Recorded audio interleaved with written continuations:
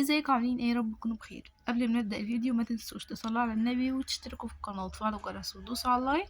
ويلا بينا نشوف فيديو النهارده تجربة جديدة تماما وهي السوشي. حبيت اشاركها معاكم وهيكون التصوير عشوائي نوعا ما، فهحاول ان انا اعرفكم ايه التفاصيل بالظبط.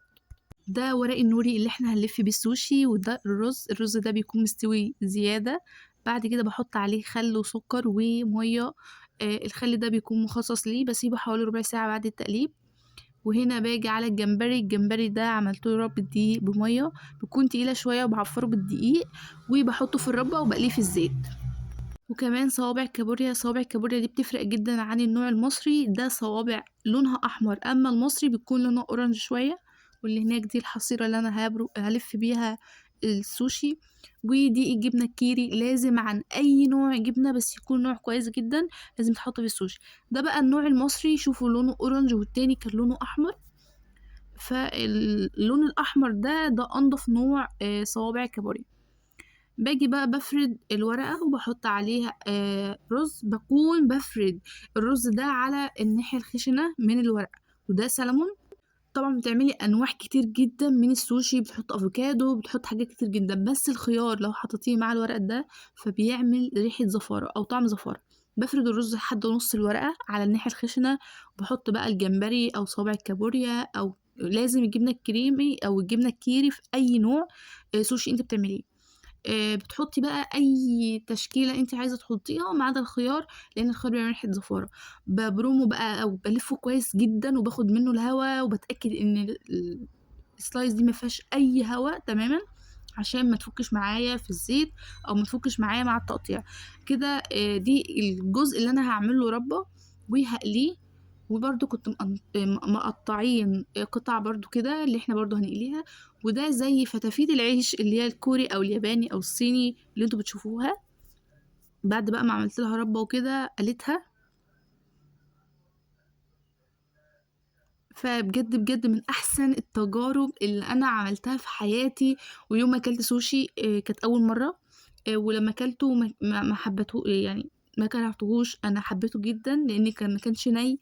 وكان حلو قوي، كان مظبوط يعني. هو ما كانش زفر ولا ني ولا في اي حاجه، ما كانش في اي عيب بجد، كان مظبوط تماما. فلو اي حد في نطاق كفر الشيخ محتاج سوشي كلمني. هي دي كانت بالنسبه لي تجربه ومن احسن التجارب اللي مريت بيها في حياتي بجد. الربة ما تكونش خفيفة ولا تكون تقيلة، لازم سمكها يكون معين. بعد كده بقى بحطه في الزيت وبحمره كويس جدا، وبيكونش النار لا عالية قوي ولا هادية، لازم تكون متوسطة. ده جزء من الكمية اللي اتحمرت. السوشي ده اللي قدامكم ده الرز بيكون بره. بنجيب الورقة بنفردها ونحط عليها الرز على الجزء الخشن، وبنقلب الورقة نحشيها بقى زي ما احنا حابين، صوابع كابوريا، جمبري، زي ما انتوا عايزين. وبنقليها في بنحطها في الربة وفتافيت العيش اللي انا قلتلكوا عليها دي، وبنحطها في الزيت تتقلي. وبرده ده ورق النوري برده مكانش عليه اي حاجة من بره، والحشوة عادية خالص. ولو انتوا حابين تضيفوا في الحشوات تونة اي نوع. كمان شفت فكرة ان في ناس بتعمل سوشي بالفراخ، ففي تجارب كتير قوي لورق النوري ده. جبت بقى القطعة دي وقطعتها كده وحطيناها في الربة وهنقليها. وصوابع الكابوريا برضو قبل ما تحطوها في الربة لازم تكون حاطين عليها دقيق، وبتحطوها في الربة دي وبتطلعوها في الزيت على طول، والطاسة اللي عند الشعب المصري كله. هنا بقى الأجزاء اللي كانت هتتقطع مش هتتقلي. جبنة شيدر من فوق، وفي كمان سادة عليه سمسم اسود، وفي سلمون وجبنة وسلمون بس وورق نوري بس. ولو انتوا حابين تخترعوا في الحشوات زي ما انتوا عايزين، المهم ان يكون طعمه كويس. في كميات كتير برضو كان عليه افوكادو، وكان في حاجات كتيرة جدا هوريها لكم في اخر الفيديو. ودي بقى الصوصات، كان صويا وصوص الاورنج وكان الوسابي وكان الزنجبيل. ده الصوصات اللي بتكون موجودة مع السوشي. بجد تجربة حلوة جدا، اتمنى تجربوها. حلو قوي، طعمه حلو قوي. الناس اللي بتقرف منه او ما عندهاش فكرة انها تجربها عشان هو ني، لا بجد بجد ما كناش عاملين اي حاجة نية. كان حلو جدا. ودي الاشكال اللي احنا عملناها.